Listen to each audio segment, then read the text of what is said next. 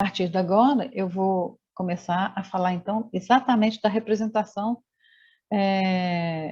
de Jesus na arte, ok? Atendendo aí a necessidade do Otávio, mas que eu acho que é uma necessidade de muitos, né, de vocês, porque realmente foram poucas. Lembrando que no Império Romano, o imperador, ou o Império Romano e a igreja em si, né, deles, eles eram os patrocinadores da arte. Então, eles não iam patrocinar os cristãos, os homens que vieram da Palestina, da Judéia, né? Eles não iam patrociná-los para fazer a imagem de Jesus Cristo. Jesus Cristo era totalmente contra as ideias do Império Romano, né? Então, por isso a gente não tem um grande registro, tá? A gente não tem um acervo, a gente não tem registro dos primeiros anos, e as primeiras imagens vão ser 100 anos depois, né? As primeiras pinturas deixadas nas catacumbas, enfim. Então, vamos lá conhecer um pouco das primeiras representações de Jesus na arte, e daí a gente já vai poder ver como esse homem era representado, né? Quais as características, quais os traços, né? E daí a gente vai ver que esse Jesus, esse Cristo europeu que a gente conhece, né? Que foi nos apresentado, que isso já é um pouco resolvido dentro da história da arte, né? A gente já tem conhecimento disso, que são coisas distintas, né? Com interesses distintos também. Então vamos lá, conhecer as primeiras representações encontradas, né? De Jesus. Então, as primeiras representações de Cristo na arte, elas aconteceram no período, na arte cristã primitiva, né? E eu trouxe para vocês aqui inúmeras miniaturas, né? Das imagens aí de Jesus. Então, gente, os romanos foram eles que testemunharam o nascimento de Jesus Cristo, né? O qual marcou uma nova era e uma nova filosofia, com o surgimento de um novo reino espiritual. O poder romano viu-se extremamente abalado e deu-se o início de um período de perseguição, não só a Jesus, mas também a todos aqueles homens que aceitaram a sua condição de profeta, né, e acreditaram nos seus princípios, que foi chamado o povo cristão, que eram as pessoas que moravam na Judéia, né, no Oriente Médio, na verdade. E lembrando, gente, que nesse período, né, o Império Romano dominava não só a Itália, mas a Itália, a Espanha, a parte da Europa, né, ocidental, o Oriente, né, o Oriente Médio. Então ele era expandido. Então a gente fala Império Romano, o pessoal, ele estava eles tinham conquistado várias regiões, né? Então esse povo cristão, né, eles eram da Judéia, mas eles estavam nesse recorte do Império Romano, tá? O recorte espacial do Império Romano. Então, assim, iniciar a era cristã, quando Jesus nasce, né, é o ano 1, que é marcado pelo nascimento de Jesus na Palestina, durante o Império Romano Ocidental. Isso acontece, o Império Romano Ocidental, ele vai acontecer 27 anos antes do nascimento de Cristo, até 395 depois de Cristo. Então, Jesus vai nascer no ano 1, né, aqui dentro desse período do Império Romano Ocidental. E o Império Romano Oriental, ele vai de 300 anos depois de Cristo a 1453.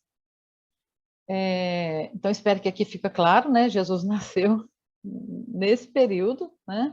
E a arte desenvolvida nesse período foi a paleocristã ou a arte cristã primitiva. Paleo, que é da transição, né, da arte cristã, da arte romana para a arte cristã. Ou a cristã primitiva, que é datada do século I ao século IV. Foi produzida e patrocinada pelos cristãos. Essa arte não tinha imperador, não tinha Império Romano, não tinha nada mandando. Então, quem patrocina e quem vai fazer essas artes são os próprios cristãos, são pessoas simples, né? Então, a maioria das representações encontradas foi executadas por anônimos que desejavam expressar também as suas crenças. Olha a necessidade de expressão que a gente viu lá na pré-história. Olha ela voltando aqui, né? A gente vai ver ela várias vezes, mas olha ela aqui representar a crença. Ele não estava preocupado com estética, não estava preocupado em ter um patrocínio para fazer aquilo, né? Esse patrocínio, patrocinado pelos cristãos, é porque eles mesmos faziam as coisas, mas não é que eles pagavam para as pessoas fazerem, eles compravam as coisas, eles davam seu jeito, escolhiam lá o lugar que ia fazer, né? E, enfim, então a maioria das representações era para representar essa crença que eles tinham nesse profeta, né, chamado Jesus, né? E nesse momento, Jesus já tinha morrido, né? Nós estamos falando aqui do século I. O século I começa no ano 100.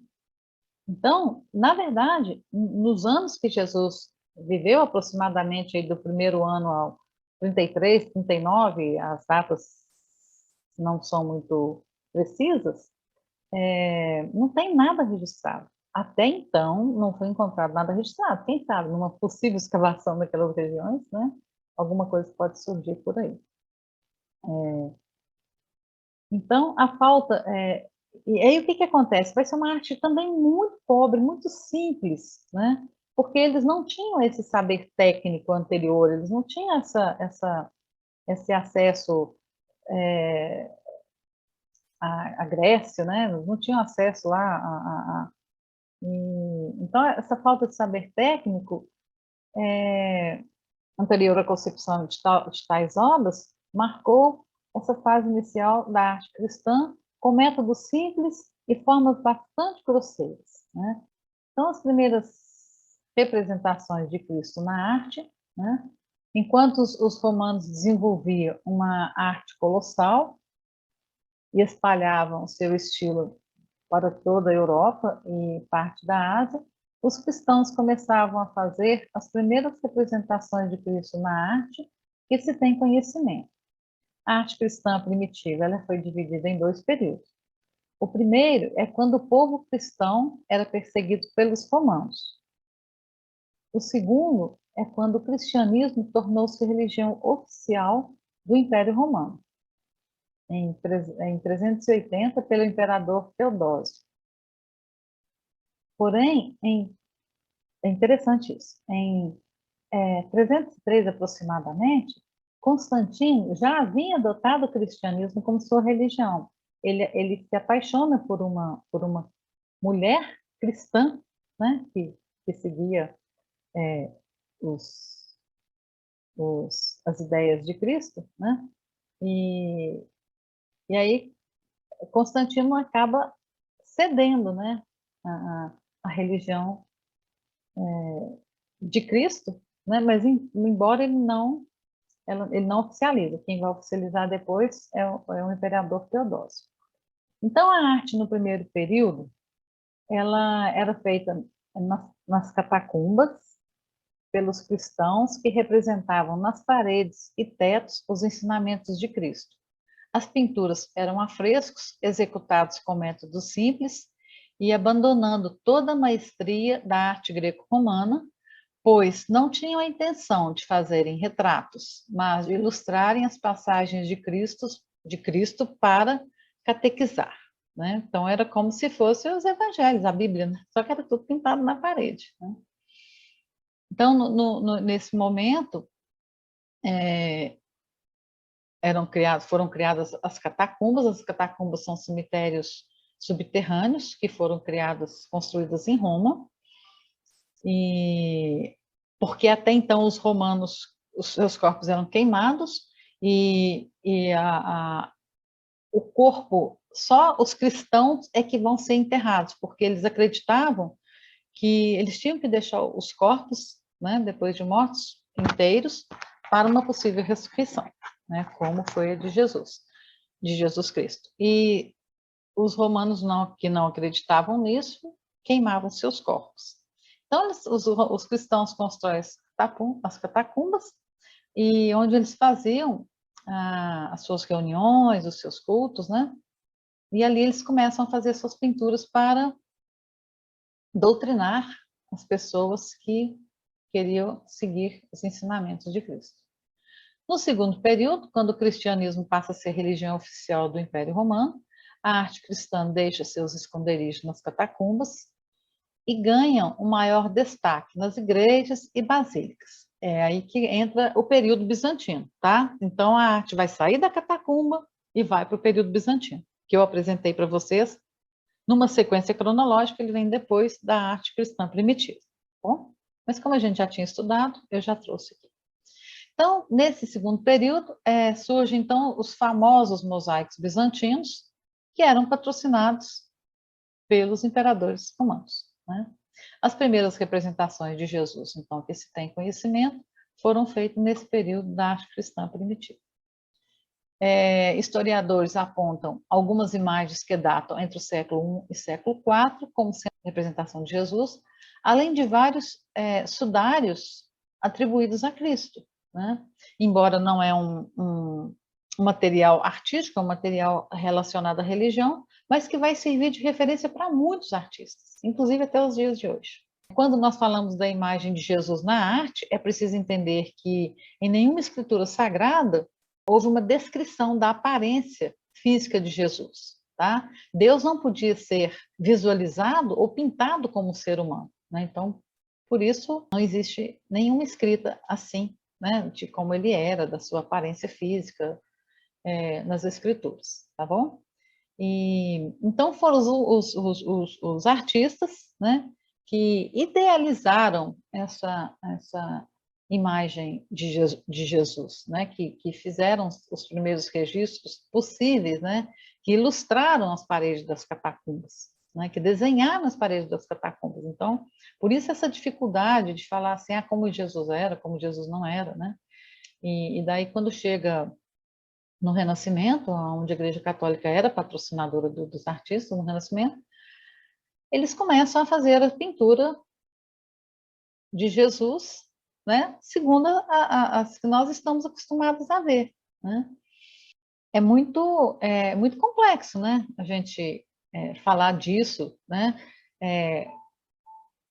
e a gente tem que segurar mesmo nessas pinturas que foram, que estão ainda nas catacumbas de Roma, e alguns objetos, né, que foram encontrados aí nas escavações, e grafites, né, que tem nas paredes em Roma, e, enfim, são esses registros que a gente vai ter, então, né, as primeiras representações de Jesus vão ser essas que os cristãos, né, daquele período, com toda a sua simplicidade, né, com toda a precariedade, né, de material, de acesso a esses espaços, que dizem que era muito difícil,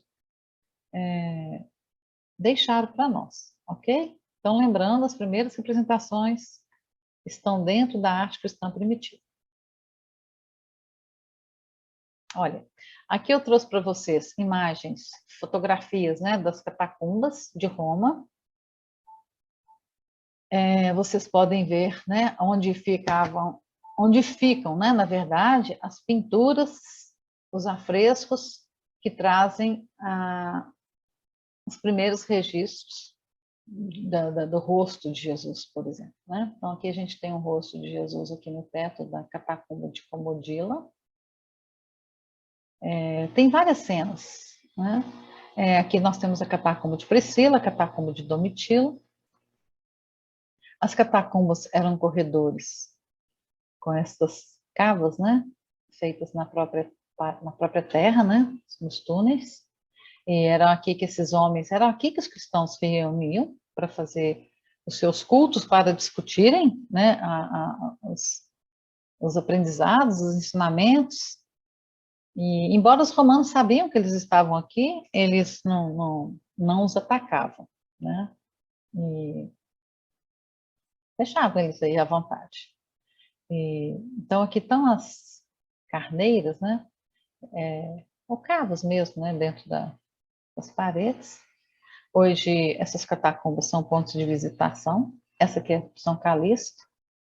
São pontos de visitação em Roma, tá? Toda catacumba, elas são do ano 200. As catacumbas de Roma, se alguém falar que existe catacumba de Roma antes, pode ser algum equívoco, tá? Porque todas elas são datadas de 200 depois de Cristo, 200 anos depois de Cristo, tá? Uma das primeiras representações atribuídas a Cristo é esta moeda do século I, com o rei Isás Manu, que, segundo o historiador Ralph Ellis, é Jesus Cristo. Ele atribui essa coroa de espinho a Jesus Cristo, porque parece que tem outras imagens, tem outras moedas do rei Isás Manus, que ele não traz esses espinhos em si. Então, está aí uma das primeiras representações no século I. Na sequência, tem um grafite dos anos 200 depois de Cristo, que é um grafite muito interessante, que, como vocês podem ver, é um grafite de Cristo na cruz, né? Porém, ele traz essa cabeça de burro, né? Esse grafite, ele é um pouco polêmico, porque uns falam que é Cristo e outros falam que pode ser uma representação de um deus egípcio. Anubis, ou Sete, né, que já tinha essa cabeça de cavalo, carregava uma cruz, né, mas isso é lá no Egito. E, então, a gente vê muito na história da arte as pessoas trazendo símbolos ou elementos de períodos anteriores, né? Então, realmente não se sabe aqui, não é descartada a possibilidade de não ser Jesus, tá? Mas então eu vou contar a história do grafite, que Gombrich fala sobre ela, né? Então, a imagem também é conhecida como grafite blasfemo, está entre as representações gráficas de Jesus mais antigas do que se tem notícia. A figura foi descoberta gravada sobre o gesso de uma parede situada nas proximidades do Monte de Palatino, em Roma, e mostra Cristo crucificado, porém com um corpo humano e uma cabeça de burro. A composição ainda apresenta dizeres. Alexâmenos era um cristão, tá? Esse grafite chama grafite de Alexâmenos. Alexâmenos adora Deus. E essa escrita estava em grego. Embora seja um pouco chocante, especialmente para os cristãos devotos, vale lembrar que o grafite acima, com significado evidentemente irônico, ele foi criado em uma época em que os seguidores do cristianismo eram perseguidos. Então, eles poderiam atribuir, olha como vocês são burros, né? Vocês ficam seguindo Cristo, esse homem, né? E fazem esse desenho com esse homem com essa cabeça de burro, talvez até para agredir mesmo os cristãos. Outra imagem que se tem notícia é a cura dos paralíticos, 203 aproximadamente, né, circa, talvez seja uma das mais antigas representações que se conheça na Síria. Aqui tem uma representação, então, no Oriente Médio. Olha para vocês verem, é um afresco, né?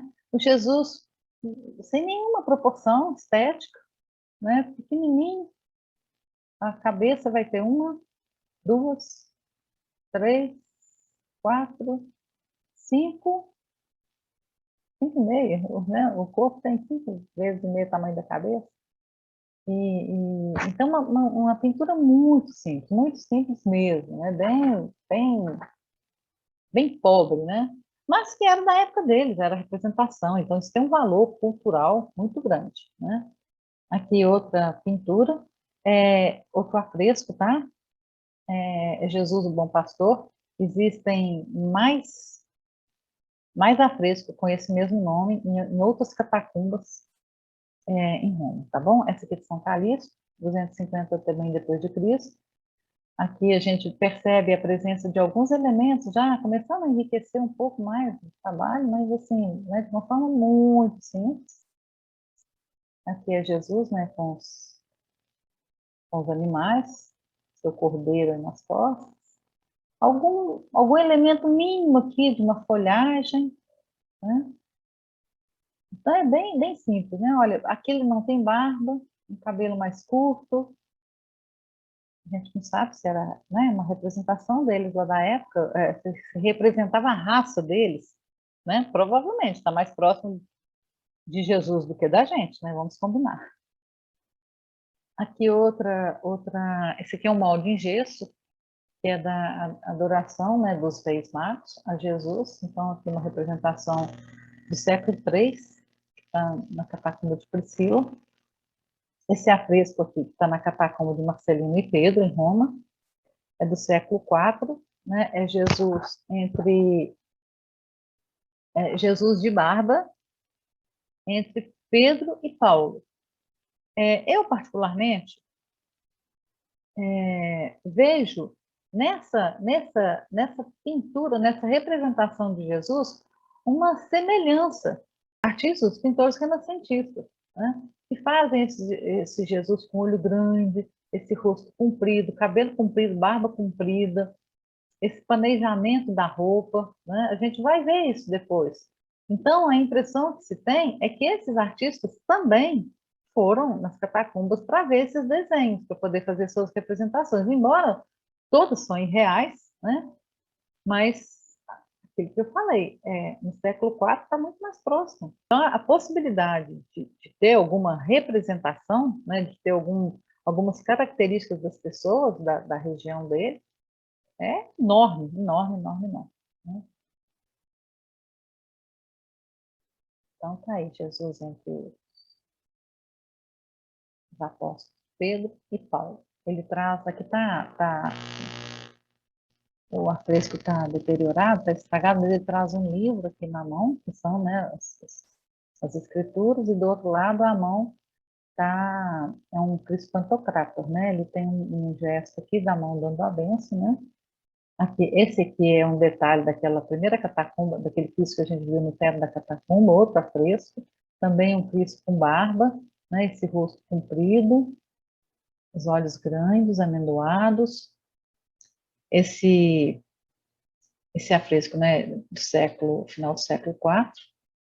Aqui a gente também tem um ícone, né, do século VI, na verdade, e é um Cristo Pantocrator, o mesmo desenho da mão aqui, ó, né, esse Cristo aqui é posterior ao Cristo que a gente viu ali, mesmo formato, as escrituras, a auréola.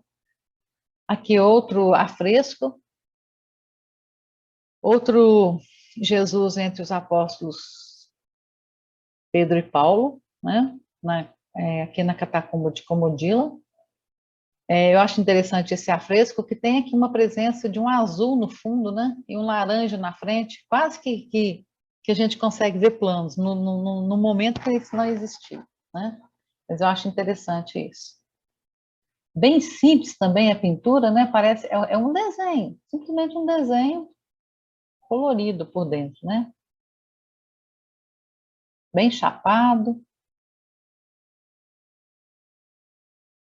Aqui, uma das primeiras esculturas do século IV, está na cripta de São Pedro. É Cristo também, com São Pedro e São Paulo. Só que aqui, esse Cristo, um relevo, na verdade, né? Está incrustado na parede, e é um Cristo jovem, né? Não tem barba, cabelo curto, totalmente diferente, né? E aqui ele está com a mão quebrada já, danificado. Ele está sobre um Deus, né? Sobre o infinito, né? Como se fosse uma representação, né? Do céu aqui. E entre essas duas, os dois apóstolos, ele parece, a representação são dos filósofos, né? E aqui, embora é aquilo que eu falei, é uma questão da religião, né? A questão dos sudários, eles também vão influenciar os artistas na possível representação de Jesus, né? Então, nós podemos ver aqui, diz que esse sudário aqui é o pano que ficou, o sudário, para quem não sabe, são os panos, né, que envolviam o corpo das pessoas que morriam no Oriente Médio, né, essa prática ainda é comum. Então, nesse período, dizem que esse véu de Manopelo é o que ficou no rosto dele. Então, que saiu diz que é um pano transparente, que isso aqui é claro que está com fundo, mas que nesse pano transparente ficou o registro muito, muito próximo de um olho, de uma boca, de um nariz, né, com algumas manchas de hematoma. Fica numa igreja dos Caputinos, na Itália. Né, tá, é uma cidade pequenininha, que chama Manopelo. Outra coisa interessante, esse sudário esse véu de Manopelo é atribuído a Jesus depois da ressurreição, inclusive está de olho aberto. Né? Então, assim, existem inúmeras pesquisas, a gente não sabe o que são hipóteses, o que é verdade, o que não é, mas está aí. Olha para vocês verem, pegaram esse véu de Manopelo, pegaram esse véu aqui, esse sudário aqui de Oviedo, e fizeram uma sobreposição para ver se coincide, né? Se podem atribuir, sim, esse sudário como sendo usado quando Jesus morreu, né? Agora nós vamos ver o sudário de Turim, que é um dos mais conhecidos, pelo menos para quem está na religião católica, né? E aqui é o sudário de Turim, fica na igreja de Turim, é aberto algumas vezes para visitação, e aí vocês podem ver aqui uma área de olho, nariz, boca, né? Aí se sobreporam, né, ao véu de Manopelo, e algumas semelhanças aqui, né? Algumas imagens, elas encontram, né? Então é possível representação aí do rosto de Jesus, né? E interessante que vocês vão ver o que vai acontecer. Um escultor espanhol chama Manuel Minarro.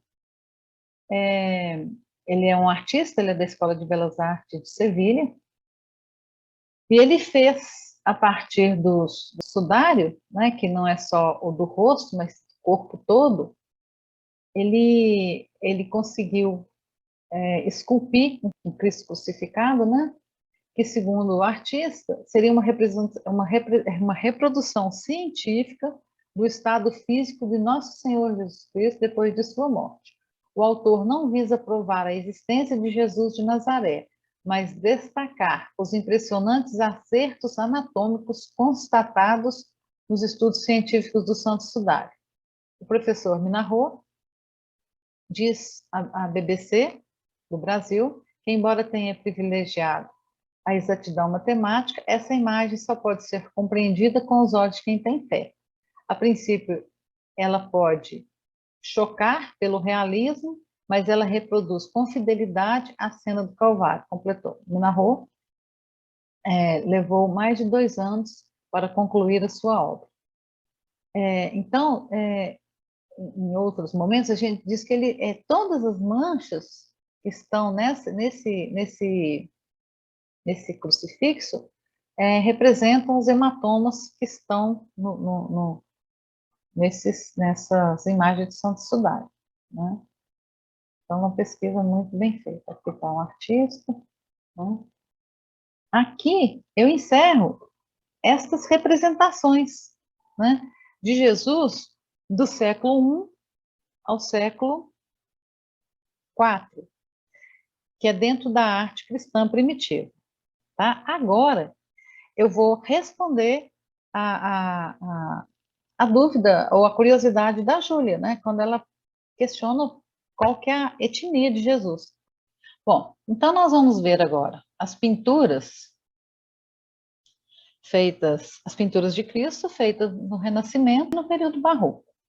Então, as imagens de Jesus de pele branca, olhos claros e cabelos alourados foi popularizada durante o Renascimento e o Barroco, quando os patrocinadores dos artistas eram os papas, ou os reis, ou melhor dizendo, a religião católica romana. Porém, há tempos ela vem sendo questionada por pesquisadores e especialistas, já que os judeus daquela época, em sua maioria, eram morenos, de estatura baixa e mantinham seus cabelos sempre curtos. A visão do mundo baseado no eurocentrismo é que ressaltava a Europa como centro cultural e de referência para todo mundo, é que fez com que proliferasse a imagem de Jesus, como todos a identificam hoje facilmente, um homem branco, alto, de pele clara, olhar dócil e cabelos compridos. Né? Então tá aí, Júlia, a sua resposta. Esse Jesus europeu, pintado pelos artistas no Renascimento, eles fazem parte, né, desse pacote, né, do eurocentrismo, né, que foi distribuindo toda a sua cultura, né, todos os seus valores mundo afora. Né? Mas agora você já sabe que, na verdade, né, a raça de Jesus não era essa. Né? Em 2001, a BBC, né, de Londres, utilizou conhecimentos científicos para chegar a uma imagem que pudesse ser considerada próxima da realidade das pessoas, né, do Oriente Médio. Aí eles partiram de 3 crânios do século I, olha que legal, né, e de antigos habitantes da mesma região onde Jesus teriam vivido, e um especialista, Richard Nieve, recriou um rosto típico daquela época, utilizando a modelagem 3D. E depois, em 2018, a BBC do Brasil encomendou um designer, Cícero Moraes, uma nova face que fosse compatível ao verdadeiro Jesus de Nazaré, ou um homem daquela região. A gente começa aqui com o Giotto, né? O Giotto ainda está na arte gótica, mas ele já começa, ele faz a transição, né, do gótico para o renascimento. Aqui é o beijo de Judas, então a gente já vê um Jesus aqui com características bem europeias, mas porém aquilo que eu falei lá atrás, com o rosto comprido, né, cabelo comprido, barba comprida. Observe para vocês verem que os homens, né, que estão aqui junto com ele são morenos, baixos. Né? Aqui,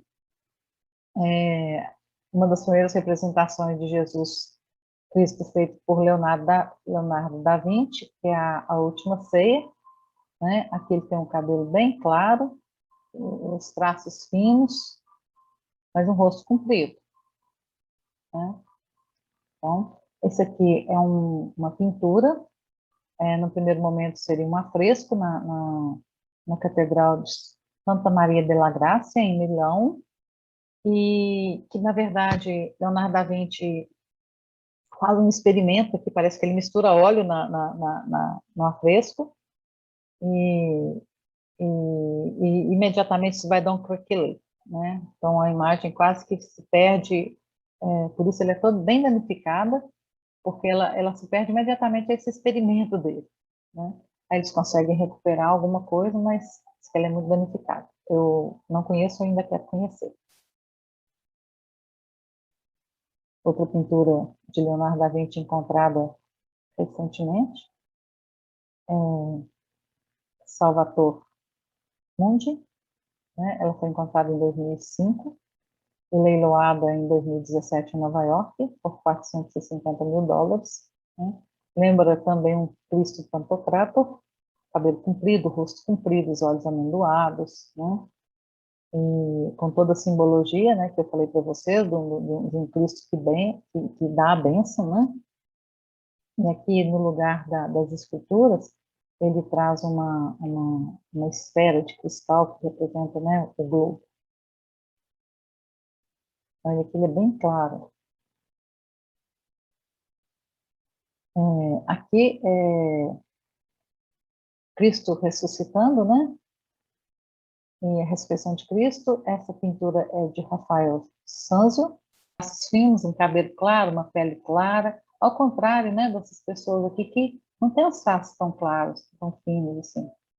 Uma pele mais escura. Essa pintura, gente, ela é de 1499, a 502. Ela está no MASP, ela está aqui no Brasil.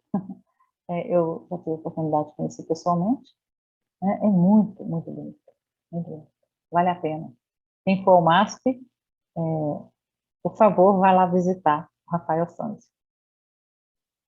Aqui outra pintura de Miguel Ângelo, né? É um detalhe da pintura que está na Capela de Sistina, que já é um afresco, né? Não tem experiência do Leonardo da Vinci. E o Miguel Ângelo já traz esse Jesus mais musculoso, que o Miguel Ângelo já a habilidade do Miguel Ângelo, né, além do talento, mas a habilidade dele é para fazer esculturas. Então as esculturas dele eram todas modeladas com os com, com os detalhamentos, né, do músculo, do corpo muito bem feito e tudo. E ele traz isso para a pintura, totalmente diferente das pinturas de Leonardo, de Rafael, né? Das pinturas da época. Um Jesus bem musculoso, né? Um cabelo caju, né? A Maria, os detalhes também mantém, né? Sem barba.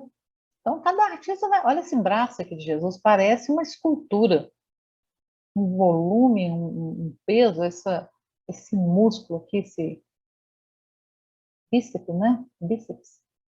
É, a Maria com cabelo clarinho, né, os traços bem delicados.